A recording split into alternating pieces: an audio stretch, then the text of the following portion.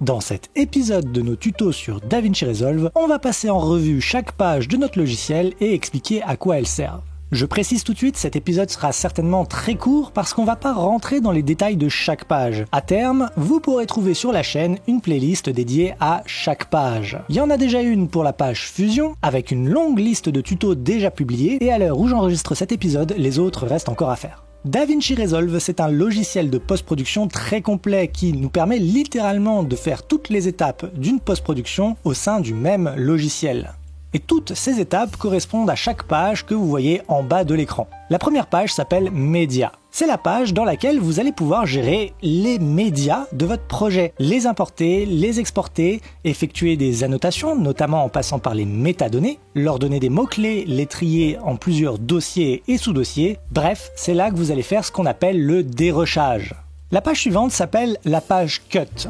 La page Cut est la première page dédiée au montage. Mais c'est une page assez particulière parce qu'elle est surtout optimisée pour être utilisée avec des raccourcis clavier. Le but étant de pouvoir monter très rapidement des projets assez simples, sans forcément aller jusque dans les détails des titres qu'on pourrait rajouter ou des transitions ou peu importe. Dans le jargon, on appelle ça un rough cut. En français, on appelle ça un ours. C'est une sorte de pré-montage si vous voulez. Vous allez poser les éléments principaux sans vous soucier forcément des détails, dans le but de proposer une vision assez grossière de ce que sera votre film à l'arrivée. C'est donc pour ça que cette page, elle est surtout optimisée pour faire du montage rapide, en utilisant des raccourcis clavier, et avec une interface très simplifiée.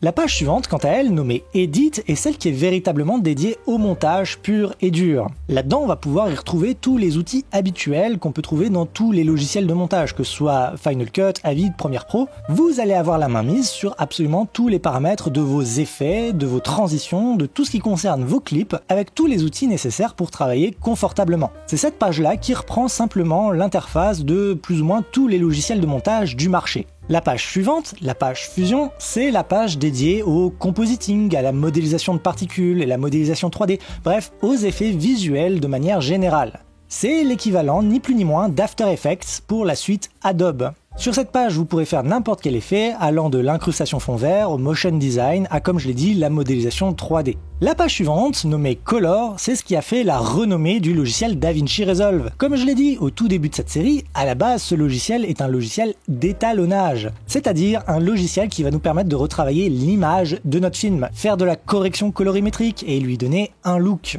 La page Color, comme la page Fusion d'ailleurs, et comme la page Fairlight qu'on va voir juste après, ce sont littéralement des logiciels à part entière directement intégrés au sein de Resolve. La page Fairlight, elle, va nous permettre de faire du mixage, de retoucher nos sources sonores, de faire de la spatialisation, bref, tous les outils dont a besoin l'ingénieur du son pour faire son travail sur un film. Enfin, la dernière page va être la page Deliver. Et c'est ni plus ni moins l'endroit où on va pouvoir exporter notre projet. On va pouvoir choisir notre codec vidéo, notre conteneur, le bitrate, faire la même chose pour l'audio et gérer des paramètres concernant le fichier qui sera exporté. Voilà en ce qui concerne le descriptif de chaque page du logiciel. Je vous rappelle qu'il y aura un arc dédié à chacune de ces pages et c'est pour ça qu'on n'est pas allé plus dans les détails aujourd'hui. J'espère que ça vous aura plu, j'espère que vous aurez appris des choses. Dans le prochain épisode, on va s'intéresser aux raccourcis clavier. Moi, en attendant la prochaine, je vous dis bonne journée, bonne soirée. Ciao!